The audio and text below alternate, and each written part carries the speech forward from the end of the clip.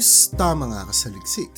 Nag-apply bilang driver ang isang lalaki pero laking gulat nito nang ipakasal siya sa sarili niyang senyorita. Para bang napariwara na ang buhay ni Diego simula noong mamatay ang kanyang mga magulang. Hindi na rin kasi siya nakapagtapos pa ng college. Ang huling semestre ay hindi niya na pinasukan dahil sa depresyon na kanyang nararanasan simula noong mawala sa kanyang piling ang pinakamamahal niyang ama at ina. Hindi din kasi pala kaibigan na tao si Diego, kaya naman ang pamilya ang pinakamahalagang tao para sa kanya. At ngayong wala na ang kanyang mga magulang ay hindi niya alam kung para saan pa ang buhay. Ngunit kumakalam na ang sikmura ni Diego. Nakakalimutan niya ata na buhay pa rin siya at ngayon ay wala na siyang maaasahan ng mga magulang. Kaya naman kahit wala na siyang pag-asa sa buhay, ay kailangan niyang kumayod at maghanap ng paraan para makakain at para matustusan ang mga mortal niyang pangangailangan. Ay naku, bakit pa kasi hindi ako nakasama kila mama nung nadisgrasya sila sa sasakyan? E di sana, pare-parehan na kaming nagpapahinga ngayon. Singhal ni Diego isang umaga nang magising siya at wala na naman siyang makain. Halatang pagod na siya sa kanyang buhay. Pero noong umaga din na iyon ay gumawa siya ng paraan para makakain. Umutang muna siya sa tapat ng tindahan. Tao po, pwede po pautang ng kahit 2 sardinas? Tanong ni Diego sa tindera na si Aling Marla. Mabait na babae si Aling Marla at naaawa ito sa kalagayan ni Diego. Dahil mula pagkabinata ay kilala na niya si Diego at alam niya na mabuting bata ito. Kaya naman naaawa din siya sa kalagayan nito at lalo na kumari at kumpare niya pa ang mga magulang ni Diego. Oo naman nak, kahit hindi mo nabayaran, wika ni Aling Marla. Ay naku po, babayaran ko po ito. Naghahanap lang po talaga ako ng trabaho ngayon pero kapag nakahanap na po ako, babayaran ko po talaga ito, pangako. Wika ni Diego sa babae. Ano naman papasukan mong trabaho? Di ba hindi mo na natapos yung pag-aaral mo? Malumanay na wika ni Aling Marla. Yun nga po hindi ko po alam. Napaisip at napakunot pero wala naman siyang pagkukunang pera sa burol at pagpapalibing sa kanyang mga magulang kung hindi niya yun gagawin. Lalo na ang dami pang bayarin na naiwan ng kanyang mga magulang. Saan po ba ako mag-a-apply? Tanong ni Diego. Naku, kilala mo yung pag-a-applyan mo. Si Liza, naalala mo ba? Yung kalaro mo, yung bata ka pa? Masayang tanong ni Aling Marla kay Diego. Napaisip na naman si Diego. Sino nga ba si Liza? At doon din ay naalala niya ang kalaro niya noong bata pa siya. Nasa 7 taong gulang pa lamang siya noon yung makilala niya si Liza. Si Liza ay ang anak ng may-ari ng kanilang paaralan noong bata pa siya. Kaya naman malaki ang pagtingin niya sa babaeng ito. Naaalala niya noong nagbakasyon sa lugar nila si Liza at kung paanong laging tumatakas ang batang babae na si Liza para lamang makalaro siya. Pero masyado nang matagal ang panahon na iyon. Alam ni Diego sa kanyang sarili na baka nakalimutan na siya ni Liza. Kaya naman kahit nahihiya siya ay lumakas naman ang loob niya noong maisip niya na baka nakalimutan na siya ni Liza. Aling Marla, magkano naman daw po ang pasahod nila? Tanong ni Diego. Ay naku nak, hindi ko alam. Pero ang alam ko, galante sa pera yung pamilyang yun kaya huwag kang mag-alala sa sahod basta magaling ka sa trabaho mo. Siguradong hindi ka nila pababayaan. Nakangiting wika ni Aling Marla. Umalis na si Diego at nagpasalamat sa babae. Habang kinakain ang binili niyang sardinas ay napapaisip si Diego sa kanilang mga nakaraan ni Liza. Kasi simula noong mabanggit ni Aling Marla ang pangalan ni Liza ay hindi na ito mawala sa kanyang isipan. Naalala niya na ito ang unang crush niya noong bata pa siya. At talaga namang hinahangaan niya si Liza dahil sa maputi nitong balat, kulay bughaw na mata at napakakintab ng mga buhok, lalo na kapag naaarawan at natatangay ng hangin. Naku, gusto ko ba talagang maging driver ni Liza? Nakakahiya naman. Baka isipin niya na lalaki akong walang pinag-aralan at walang mararating sa buhay. Huwag ka na lang kaya ituloy. Wika ni Diego sa kanyang sarili habang patuloy siya sa pagsubo ng inutang niyang sardinas. Baka naman hindi rin ako matanggap kaya itry ko na lang. Siguradong maraming mag-a-apply ng driver doon. Pagpapalakas pa ni Diego sa kanyang sarili. Kaya naman Kinabukasan din ay pinuntahan niya na ang lugar kung saan nag-a-apply ang mga driver para kay Liza. Nagulat siya na halos dalawa lang silang driver ang nakapila roon. Kaya naman kinausap na niya ang kanyang kasamahan sa pila. Tol, bakit parang ang onti lang natin dito? Dadalawa nga lang tayo oh. Paunang wika ni Diego. Ay, hindi mo ba alam? Tanong nito sa kanya. Ang ano pre? Anong hindi ko alam? Ah, bago ka lang no. Di mo ba alam na papalit-palit ng driver yun sa Liza? Ano naman pre kung papalit-palit siya ng driver? Pagtatakang tanong ni Diego. Hindi pre, ayaw na kasi ng mga driver sa kanya. Napakapangit daw ng ugali, napakasungit. Maasyosong wika nito. Nagtaka naman si Diego. Ha? Anong napakasungit sinasabi nito? Napakabait na bata nun si Liza nang huling nagkita kami. Sinisiraan lang yata nito si Liza sa akin para siya yung makuha. Wika ni Diego sa kanyang isipan. Pero hindi naman mapagkakailang katotohanan na dalawa lang silang driver doon. At baka nga pangit ang ugali ni Liza kaya walang gustong mag-apply ng driver para sa kanya. Okay, Diego Muñez, pumasok ka na. Saad ng babaeng sekretarya ng pamilya nila Liza. Hindi naghintay ng matagal si Diego dahil dalawa lang naman sila sa pila at napakaaga niya doon. Nang kausapin na siya ng sekretarya ay nagtataka na naman si Diego sa mga katanungan nito. Okay Diego, unang tanong ko sa'yo, mahaba ba ang pasensya mo? Napakunot ang noo ni Diego. Ah, opo, sa kalsada. Simula po nung nagdadrive ako, noong 18 years old ako, never po akong nadisgrasya. Nakangiting wika ni Diego. Hindi, ang tinatanong ko, mahaba ba ang pasensya mo para sa magiging senyorita mo? Seryosong wika ng sekretarya. Napailing naman si Diego. Ano pong ibig niyong sabihin? Dapat boy nagtatanong-tanong ka muna bago ka mag-apply dito. Kasi nahihirapan na rin ako. Paulit-ulit ako nag-i-interview ng mga driver. Tapos kapag nakuha na sila, aayaw kagad sila wala pang isang buwan. Kaya ngayon pa lang dinediretso na kita. Mahaba ba ang pasensya mo sa mga babae? Lalo na sa isang senyorita? Paulit na tanong nito. Hindi naman nakaimik si Diego at sumagot na lamang ng, Opo, gagawin ko pang makakaya ko. Pangako. Nang marinig iyon ng sekretarya ay hindi na nito tinawag pa ang pangalawang driver na nakapila. At kaagad na pinakilala si Diego sa kanyang magiging senyorita. Bakit ganun? Bakit senyorita yung tawag nila? Parang ang labo naman yun itawag kay Liza. Wika ni Diego sa kanyang isipan habang naghihintay siya sa sala sa pagbaba ni Liza. Habang nakatitig naman si Diego sa malayo, ay doon naman biglang bumaba si Liza. Mukhang galing pa ito sa banyo at kabibihis lamang. Napatulala si Diego noong makita niya ang malaporselana na binti at hita nito. At habang bumababa si Liza ay mas lalo lamang naaalala ni Diego ang pakiramdam kung bakit niya ito nagustuhan noong bata pa lamang sila. Tila ba bumabagal ang ikot ng mundo habang naglalakad si Liza sa hagdan.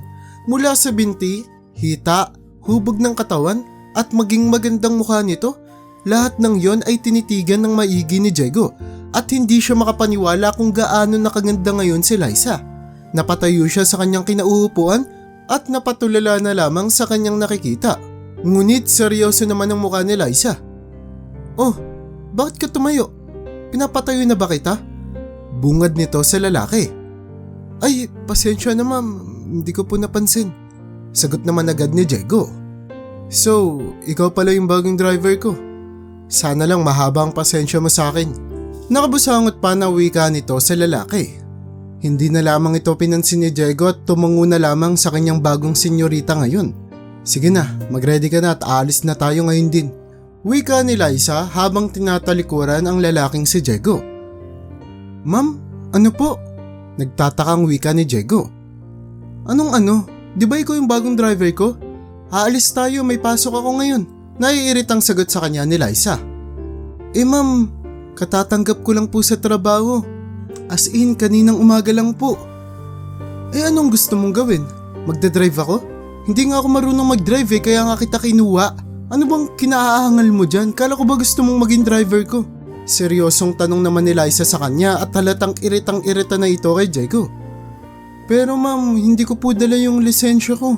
Hindi ko po alam na ngayon din po ako magdadrive Ni hindi ko nga po alam na matatanggap po ko. Ano ka ba, driver o judge? Ang dami mong tanong eh.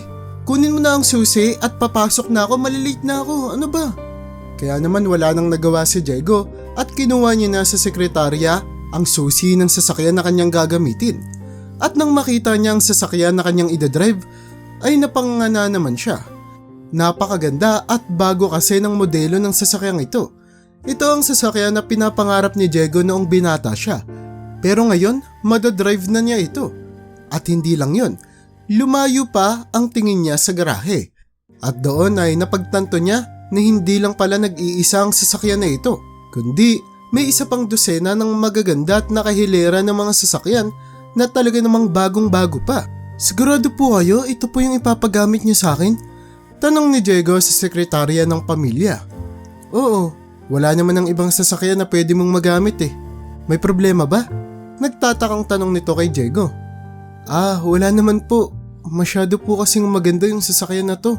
Nakakagulat po na walang lisensya si senyorita sa ganito kagagandang sasakyan na meron siya. Hindi naman kay senyorita yan lahat. Sa papa niya yan. Ang kaso nga lang, baldado na ngayon yung papa niya kaya hindi na rin makapagmaneho. Kaya yun, napipilitan silang maghanap ng driver para sa kanila. Pagpapaliwanag ng sekretarya. Sa kalagitnaan ng kanilang pag-uusap ay lumabas na si Liza. Mas lalo lamang siyang gumanda dahil sa outfit na suot niya. Tila ba ay mas lalong pumuti ang kanyang balat at pumusyaw ang kanyang labi dahil sa nilagay nitong lipstick.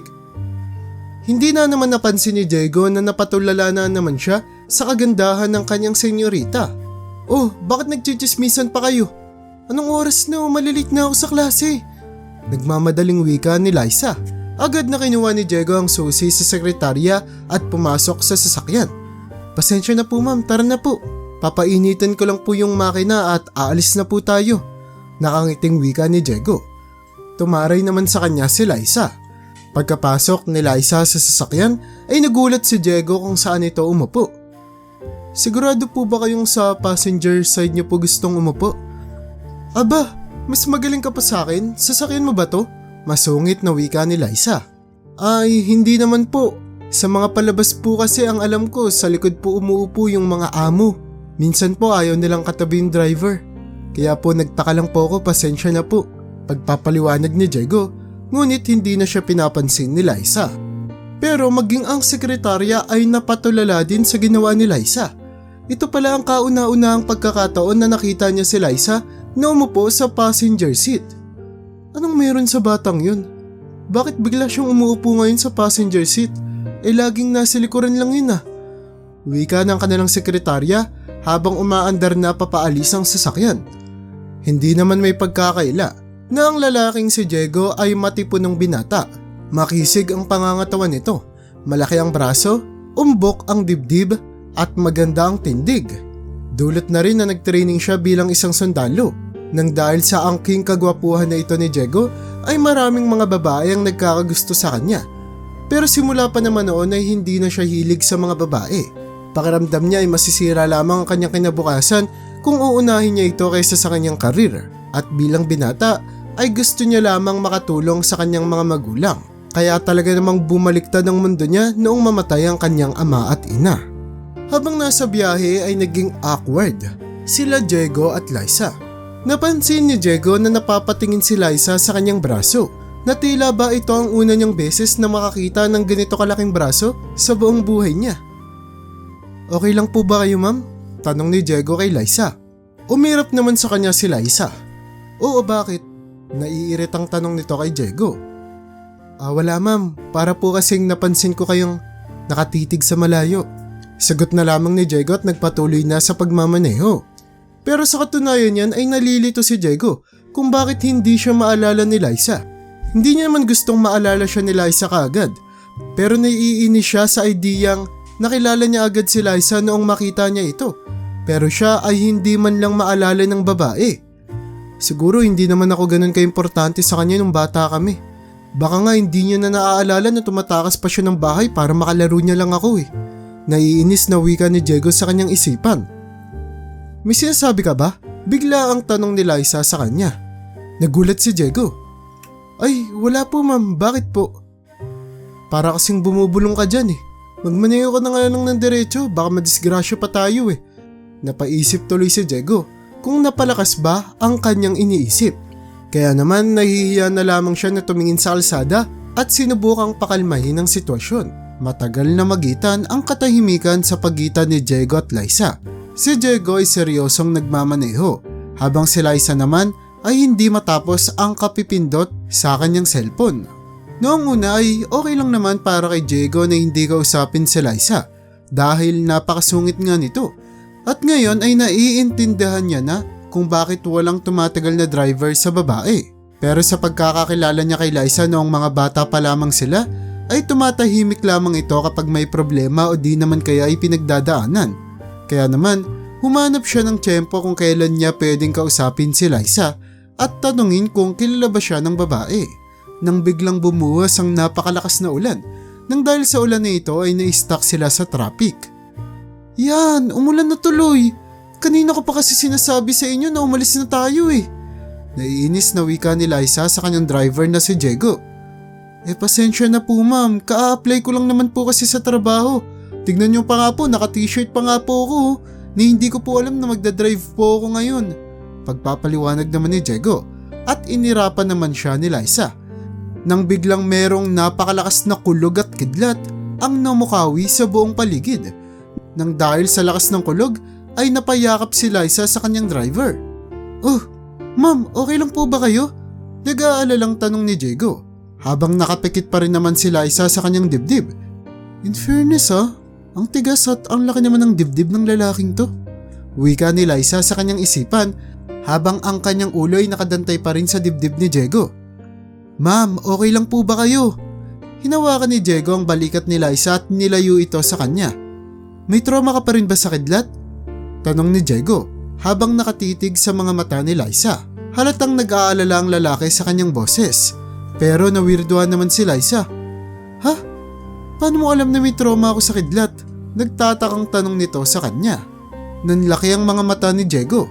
Hindi niya napigilan ang kanyang sarili at nakalimutan niya na hindi pa pala alam ni Liza na siya yung dati nitong kalaro. Ay hindi po senyorita. Kasi pag sa mga babae kalimitan natatakot sa kidlat kaya ganun yung tanong ko, pasensya ka na. Nauutal at palusot na sagot naman ni Diego sa kanya. Napatitig naman ng maigi si Liza. Bakit parang kilala mo ko? Sino ka ba? Tanong nito sa kanya. Hindi po ma'am, ay ayan umaandar na. Biglang singit ni Diego nang makita niya na tapos na ang traffic sa kanilang harapan. Kaya naman sinubukan nito na ibahin ang usapan. May kamukha po kayo ma'am. Dati ko pong kaibigan, takot rin po siya sa kidlat. Wika ni Diego habang matulis ang titig niya sa kalsada. Napaisip naman si Liza kung sino ang kaibigan na tinutukoy niya nang biglang tumunog ang telepono niya. Oh, si Dad pala to. Hello Dad, kumusta po kayo? Magalang na wika ni Liza sa kanyang tatay. Okay lang naman po ako dito Dad. Opo, nakilala ko na rin po yung bagong driver. Wika ni Liza sa kanyang tatay. Ay, hindi po Dad eh. Hindi ko po alam yung pangalan niya kasi ka-apply na lang po kanina at nagdadrive na siya ngayon. Teka po, tanungin ko. Uy, pinapatanong ni Dad kung ano daw pangalan mo. Nalimutan ko ring itanong kanina eh. Singhal ni Liza kay Diego habang ang kanyang telepono ay nasa kanyang taenga pa rin. Diego po. Diego po ang pangalan ko ma'am. Pakisabi po kay sir, kumusta po siya? Nanlaki ang mga mata ni Liza. Diego? Halos mabitawan niya ang pagkakahawak sa kanyang telepono. Liza! Liza! Ano nang pangalan niya? Wika ng kanyang tatay sa telepono habang hindi pa rin nagsasalita ang kanyang anak. Ay, sorry po Dad. Diego daw po ang pangalan niya. Nandiyan naman po yung mga requirements na pinasa niya sa sekretarya niyo. Pakitingnan na lang po kasi malapit na po ako sa school ko. Pagpapaalam ni Liza sa kanyang tatay. Habang bumalik naman ang kanyang paningin kay Diego. Nagpalingalinga si Diego at tila ba hindi komportable sa sitwasyon. Ma'am, okay lang po ba kayo? Nandito na po tayo sa school niyo. Pwede ka na pong bumaba. Wika ni Diego sa dalaga habang nakatitig lamang ito sa kanya. Ay, oo nga, hindi ko napansin. Sige, tatawagan na lang kita mamaya. Pagpapaalam ng dalaga. Tuluyan nang bumaba si Liza sa sasakyan habang tuluyan na rin namang umalis si Diego. Pero baka sa mukha ng dalaga na may bumabagabag sa kanya. Diego? Wika nito sa kanyang isipan habang naglalakad papunta sa kanilang classroom. Hoy Bes, okay ka lang ba? Wika ng kaibigan niyang si Mary Rose sa kanya. Bakit parang ang lalim ng iniisip mo? Malapit ka na ngang malate, nakatulala ka pa dyan. Dagdag pa nito. Wala. May problema lang sa bahay.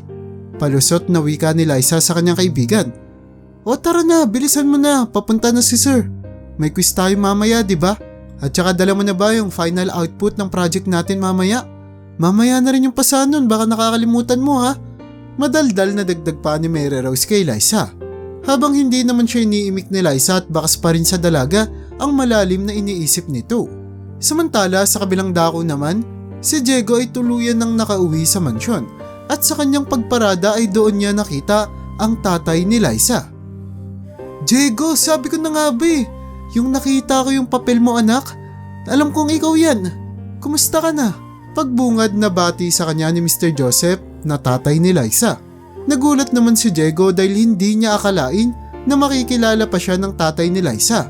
Ay, magandang hapon po, Mr. Joseph. Magalang na wika ng binata. Ano ka ba? Huwag mo na akong mini-mister, tito na lang. Parang wala namang pinagsama ng mga pamilya natin noon. Ano, kamusta na ang buhay mo? Paulit na tanong nito. At doon din ay kinuwento na ni Diego ang nangyari sa kanyang ama at ina na namatay ito sa isang disgrasya sa sasakyan na labis na ikinagulat ni Mr. Joseph. Patay na si Mirna at Raul? Gulat na wika nito sa binata. Opo tito, magdadalawang buwan na po. Sobrang biglaan po ng mga nangyari. At hanggang ngayon ay hindi pa rin po nagsisink in sa akin na wala na sila. Kaya po nahinto na rin po ako sa pag-aaral ko. Pagpapaliwanag nito kay Mr. Joseph. Kaya ba namamasukan ka bilang driver dito? Kasi wala ka nang makuhang pinansyal? Nag-aalalang tanong ni Mr. Joseph sa kanya. Opo tito. Kasi alam niyo naman po si tatay lang po yung inaasahan namin. Okay naman po yung trabaho niya bago siya namatay. Ang kaso nga lang po simula noong nawala sila, sobrang naghirap na po ang buhay ko. Lalo na po't wala po akong kapatid. Wala rin pong naiwan na pera sa akin. Wala rin po akong malalapit na kamag-anak dito. Kaya po naisip ko pong magtrabaho na lang. Kasi nasa tamang edad na rin po ako eh. Naiintindihan ko na at nakikiramay ako sa pagkawala nila. Grabe, matalik ko silang kaibigan. Sobrang busy ko sa business ko. Kahit yung mga ganong bagay hindi ko man lang napuntahan. Hindi ko man lang sila nakita kahit sa libing nila. Pagpasensyahan mo na rin ako ha. By the way, nakita mo na ba si Liza? Tanong ni Mr. Joseph sa kanya. Opo, nahatid ko po siya kanina. Mukha pong hindi niya na po ako naaalala. Natatawang wika ni Diego sa kanya. Anong hindi? Bukang bibig ka kaya nun. Ang kaso lang hindi na kayo nagkikita. Naalala ko pa yung mga bata pa kayo. Lagi kanyang kinikwento sa akin. At maging yung nagdalaga siya, nababanggit ka pa rin niya sa akin. Nakakalungkot lang na hindi na kayo nagkita. Ang buong akala kasi namin ay lumipat na kayo sa malayo. Nakangiting pagpapaliwanag ni Mr. Joseph sa kanya. Ang ibig niyo pong sabihin, naaalala pa ako ni Liza? Nagtatakang tanong ng binata kay Mr. Joseph. Oo naman, naaalala ka nun. Ikaw nga lang yung naging pinakamatalik na kaibigan nun hanggang ngayon sa totoo lang. Wala yung mga kaibigan dito. Sabi nila masyado daw masungit yung anak ko at masama ang ugali. Pero para sa akin, ayaw lang talaga ng anak kong makisama sa mga taong hindi siya komportable. Tumango naman si Diego sa sinabi ni Mr. Joseph. Opo, ganun nga pong klaseng tao si Liza. Nakangiting wika nito. At pagkatapos ng kanilang saglitang usapan ay inaya ni Mr. Joseph si Diego na kumain ng hapunan. Naging masaya naman si Diego dahil sa kauna-unahang pagkakataon, simula noong mawala ang kanyang mga magulang, ay nakaramdam siya na may nagmamahal sa kanya at ngayon ay tila ba may pamilya na siyang nakasalo sa hapunan. Pagkatapos ng hapunan ay nagpaalam muli si Diego para sunduin na si Liza. Nang makarating na siya sa eskwelahan at nakita si Liza, ay agad itong pumasok sa sasakyan. Namutawi ang katahimikan sa pagitan nilang dalawa hanggang sa magsalita ang dalaga. So, Diego, ikaw na pala yan. Marahang wika nito. Oo, Buti pa ako naalala kita. Ikaw, di mo man lang naalala yung itsura ko. Ngiting wika ni Diego sa babae. Diego, paano ko naman mahalala yung itsura mo? Napakapatpatin mo dati. Ano ba nangyari ngayon? Ang ganda na ng hubog ng katawan mo. Ang laki ng braso mo, ang ganda ng dibdib mo. Ang ganda rin ng tindig mo. Siguro nga may abs. Masyado na ba akong maraming sinasabi? Pagpuputol ni Liza sa kanyang sarili. Natawa naman si Diego. Hindi, okay lang. Sanay naman na ako sa'yo. Di mo na kailangang itago yung totoong pagkatao mo sa akin. So, bakit? Ano bang nangyari? Bakit napaka-cold mo na sa mga tao? May galit ka ba sa mundo? Nakatitig na tanong nito sa dalaga. Napayuko naman si Liza. First of all, Diego, nanghingi ako ng paumanhin sa'yo. Hindi ko dapat ginawa yun. Hindi dapat ako naging cold sa'yo. At kasalanan ko yun. Pasensya na. Naiintindihan ko, Liza. Gusto mo bang pag-usapan natin? May problema ba? Marahang wika ni Diego sa babae. Hindi naman halos makapagsalita si Liza. Naalala ng babae na si Diego ang pinakaunang kaibigan na pinagkatiwalaan niya. At bukod pa kay Diego ay wala na siyang iba pang kaibigan na totoong nakakausap at nakakasama ng komportable siya. Kaya naman ngayon na muli silang nagkita ay handa na siyang isiwalat ang sekretong matagal niya nang kinikimkim.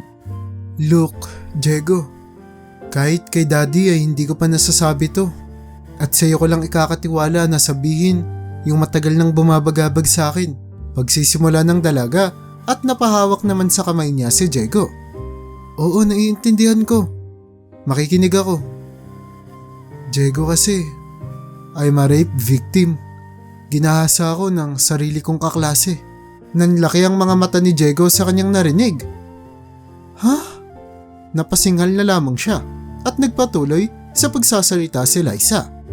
Nakaraang taon lang yun nangyari. Pero bago pa man ang lahat, okay naman ako eh. Masaya ako sa buhay. At hindi naman nahihirapan yung mga taong makisalamuha sa akin. Pero as you know, ilang talaga ako sa mga tao pero kahit papaano ay nakakasalamuha ko sila. Ang kaso nga lang, lalong lumala yung anxiety at depression ko. Simula nung nangyari yun sa akin. May kaklase akong nagkakagusto sa akin. At isang araw, inaya niya ako na mag-party kami kasama yung mga group of friends ko. Noong una ayaw kong pumayag. Pero dahil kasama naman yung mga kaibigan ko, naudyok nila akong sumama. Pakiramdam ko safe naman ako kasi marami kaming sasama eh. Pero dun sa guy na yon, ayaw ko talaga. Ni madikit nga sa kanya, ayaw ko na eh. Mahirap para sa akin to, Diego, na ikuwento sa'yo. Pero pakiramdam ko na ito na yung tamang pagkakataon para masabi ko yung totoong nararamdaman ko. Naluluhang wika ni Liza. Tapos yung nandun na kami sa party, nagkaroon ng inuman. Hindi ako umiinom pero napilit na naman ako ng mga kaibigan ko. Kasi daw first time lang naman namin gagawin yun. Kaya naman uminom ako. Kalahating baso lang, yung maliit na shot glass na ginagamit nila. Pero kahit kalahati lang yung nainom ko, hindi ko maintindihan, nakaramdam ako ng napakatinding pagkahilo. At noong gabi din na yun, naramdaman ko ang ginawa nila sa akin. Sobrang nakakatakot. Napakahirap niyang ikwento, Diego. Lagi kong gustong takasan yung nangyari sa akin. Pero pakiramdam ko ngayon, kailangan ko na itong ilabas. Kasi kinakain na ako ng sistema ko, Diego. Hindi ko nakahaya. Hindi na nga halos makapagsalita pa si Liza, kaya naman niyakap na lamang siya ni Diego. Oo, Liza, naiintindihan ko. Naiintindihan ko yung nararamdaman mo. Humihigpit ang yakap ni Diego habang patuloy ang pag-iyak ni Liza. Doon ay napagtanto ni Diego na kaya naging ganito ang ugali ng dating mabait, sweet at mapagmahal na babae na si Liza na naging cold at matapobreng tao ay dahil sa kanyang naranasan. Kaya naman iniiwasan niya kung sino mang lalaki na kanyang nakakasalamuha at sinisigurado niya na hindi magugustuhan ng mga tao ang kanyang ugali dahil na rin sa kanyang trauma na napagdaanan. Tumagal ng 5 minuto ang yakap ni Diego at Liza at biglang nagsalita ang dalaga. Pero may iba akong naramdaman yung ikaw na yung driver ko. Para bang ang komportable at ang ligtas ko sa presensya mo. Hindi ko maintindihan. Kanina pa yun gumugulo sa utak ko. Pero ikaw pala si Diego. Totoo nga hindi nagsisinungaling yung puso. Nakangiting wika ni Liza kay Diego. At simula noong pag-uusap nilang yon ay pinangako ni Diego na gagawin niya ang lahat para protektahan si Liza. At hindi niya nahahayaang may mangyari pang kahit na anong masama sa dalaga. Patuloy na naging driver ni Liza si Diego sa loob ng higit 1 taon hanggang sa makaipon si Diego at bumalik sa pag-aaral. Dahil 1 taon lang naman mag-aaral si Diego ay pinangako niya kay Liza na pagkatapos niyang gumraduate at nakapaghanap na siya ng disenteng trabaho ay babalikan niya ang dalaga para ligawan. Okay lang ba yun sa'yo, Liza? Papayag ka bang ligawan kita 1 taon mula ngayon? Nakangiting wika ni Diego kay Liza noong hinatid niya ito sa huling araw ng pagiging driver niya sa dalaga. Makakatanggi pa ba ako dyan, Diego? Kilala kita. Hindi ka tumatanggap ng rejection. Baka nga ang dami mo ng babae. Pang-aasar naman na sagot ni Liza. Hoy, wag ka nga. Hindi mo alam, ikaw yung unang babaeng liligawan ko. Seryosong saad ni Diego sa kanya na nagpapula naman sa pisngi ni Liza. Seryoso ba? Ako yung una? Tanong nito sa kanya. Oo. Seryosong sagot naman ni Diego. Hindi makapaniwala si Liza na sa kabila ng pagiging gwapo ni Diego ay hindi pala ito babaero. O sige, papayag na ako. Nakangiting sagot ni Liza. Pero siguraduhin mo na 1 taon lang ha. Baka umabot ka ng 2 taon sa pag-aaral. Huwag mong ibabagsak mga subject mo ha. Ngising wika ni Liza sa kanya. Uy, huwag mo nga akong maliitin. Kung hindi lang ako umistap sa pag-aaral, baka summa cum laude ako ngayon. Pagmamayabang naman ni Diego. Mabilis na lumipas ang panahon. 1 taon na ang nakalipas simula noong nagpaalam si Diego na liligawan niya si Liza. At dahil kilala naman na ng tatay ni Liza si Diego ay wala nang humadlang sa kanilang naging relasyon. Makalipas ng 2 taon ng pagiging magkasintahan ay tuluyan na ring nagpakasal ang dalawa. Masayang masaya naman si Mr. Joseph at ang lalaking napangasawa ng kanyang unika iha ay ang lalaking magaan ang loob niya at alam niyang iingatan ng kanyang anak na si Liza habang buhay.